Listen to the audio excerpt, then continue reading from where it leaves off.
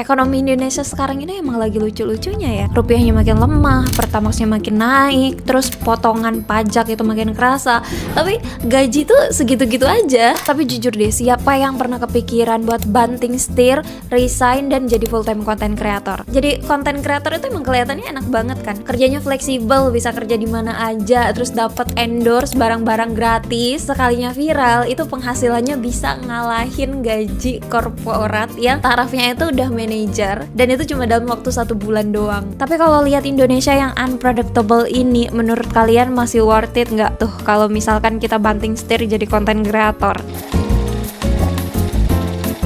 Hai semuanya, aku Ida Ruspita, social media specialist dan juga content creator. Yuk kita bedah pilihannya biar kita nggak salah langkah, lengkap dengan hitung-hitungannya. Let's talk about it. Pertama, realita full-time employee. Banyak yang bilang pekerja kantoran itu ngebosenin, ngebatasin kreativitas, terus ya kerjanya gitu-gitu aja. Ya mungkin itu ada benernya, tapi di tengah ekonomi sekarang, pekerja kantoran itu punya senjata maut yang nggak dimiliki oleh kreator pemula, yaitu kestabilan finansial. Setiap tanggal 5 atau akhir bulan, mau performa kita lagi jelek, mau kita lagi nggak mood buat kerja, kamu tahu pasti nominal yang masuk rekening kamu. Kamu punya BPJS, asuransi kesehatan, jatah cuti berbayar, dan yang paling penting itu clear boundaries, dimana kamu tahu kapan kamu kerja dan kapan kamu istirahat. Ya walaupun kadang ada lemburnya juga, tapi minusnya apa? Jenjang karir sama kenaikan gaji itu ada batasnya. Kamu nggak bisa tuh minta naik gaji 50% tiba-tiba karena di bulan itu kamu kerja bagai kuda gitu setiap hari selama sebulan. Dan bahkan di tahun 2026 ini isu layoff itu kan banyak banget ya. Banyak perusahaan yang mengefisiensi karyawannya, dan kata aman di sini itu juga ada batasannya. Nah, sekarang kita bedah pilihan yang kedua, yaitu content creator. Jadi content creator itu kayaknya mimpi semua orang ya di tahun ini. Tapi tahu nggak sih, industri kreator di 2026 ini udah jauh berbeda dibandingkan tahun-tahun sebelumnya. Kompetisinya makin ketat, dan bahkan kayaknya brand-brand sekarang itu makin selektif buat urusan budget endorsement. Nah ini nih, kalau kamu mutusin jadi full time content creator, kamu tuh nggak cuma jadi talent buat diri kamu sendiri, tapi kamu tuh otomatis jadi one man company. Kamu adalah CEO-nya, kamu manajernya, kamu kameramennya, terus editornya juga, kamu akuntannya yang nagih-nagih uangnya, yang 3 bulan itu duit endorse belum dibayarin. Bulan ini video kamu bisa FYP, tapi kan kita nggak tahu bulan depan apakah masih FYP atau enggak. Algoritma sepi, dan yang paling parah, zero income. Tambah lagi nggak ada yang namanya cuti sakit berbayar. Kalau kamu nggak bisa bikin konten karena kamu sakit, ya bisnis kamu bakal berhenti saat itu juga. Apalagi investasi buat alat kayak lighting, kamera, tools editing yang sekarang udah berbayar, sampai laptop buat rendering, dan itu harganya nggak murah ya. Terus kalau situasinya kayak gini, mending pilih mana? Sebenarnya jawabannya itu tergantung dari bantalan atau finansial kamu sekarang. Nih ya, jangan pernah resign sebelum kamu mencentang 3 hal ini.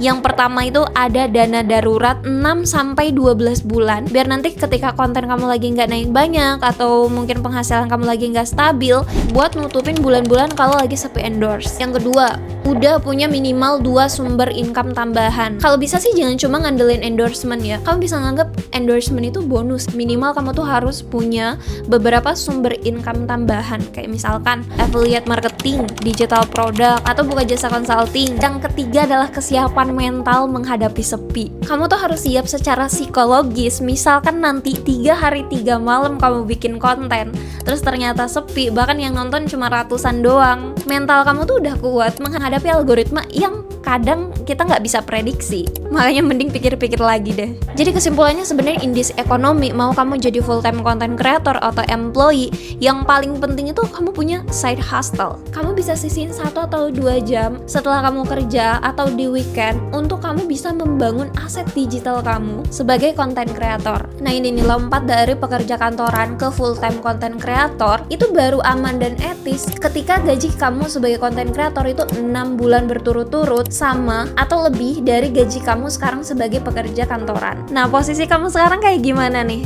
Apakah full time ngantor atau full time content creator, atau mungkin lagi pusing karena ngejalanin dua-duanya? Coba kita diskusi ya di kolom komentar keluh kesahnya kamu biar kita bisa diskusi bareng. Jangan lupa buat like video ini sama share ya ke temen kamu yang kemarin bilang pengen resign terus jadi full time content creator. Dan jangan lupa subscribe karena kedepannya aku bakal bagiin informasi, tips dan trik dan lain-lain seputar social media dan juga content creator. Aku Ida Ruspita, sampai jumpa di video berikutnya. Bye bye.